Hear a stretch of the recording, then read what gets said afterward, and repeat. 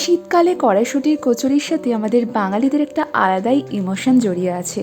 আর শীতকাল মানেই গরম গরম কড়াইশুঁটি আর নিরামিষ কষা আলুর দম। এটা না হলে যেন শীতকালটা পুরোপুরি অপূর্ণ থেকে যাবে। তাই আজকে আমিও বানিয়ে ফেললাম কড়াইশুঁটির কচুরি, একদম পুর ভরা, দারুণ স্বাদের, আর তার সাথে নিরামিষ আলুর দম একদম কষা করে।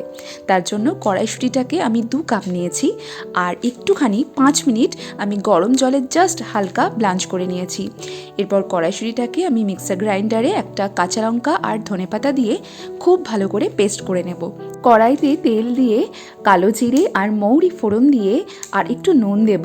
এরপর পেস্ট করে রাখা মটরশুঁটিটা দিয়ে আর একটু নেড়েচেড়ে এর মধ্যে আদা বাটা, জিরে গুঁড়ো, ধনে গুঁড়ো, একটুখানি গরম মশলা আর দেব চিনিটা স্বাদ মতো। খুব ভালো করে নাড়াচাড়া করব যতক্ষণ না মটরশুঁটিটা কড়াই ছেড়ে দিচ্ছে। আর কড়াই যখন ছেড়ে দিচ্ছে, দেখো আমার মটরশুঁটির পুরটা কিন্তু একদম পারফেক্টলি রেডি হয়ে গেছে।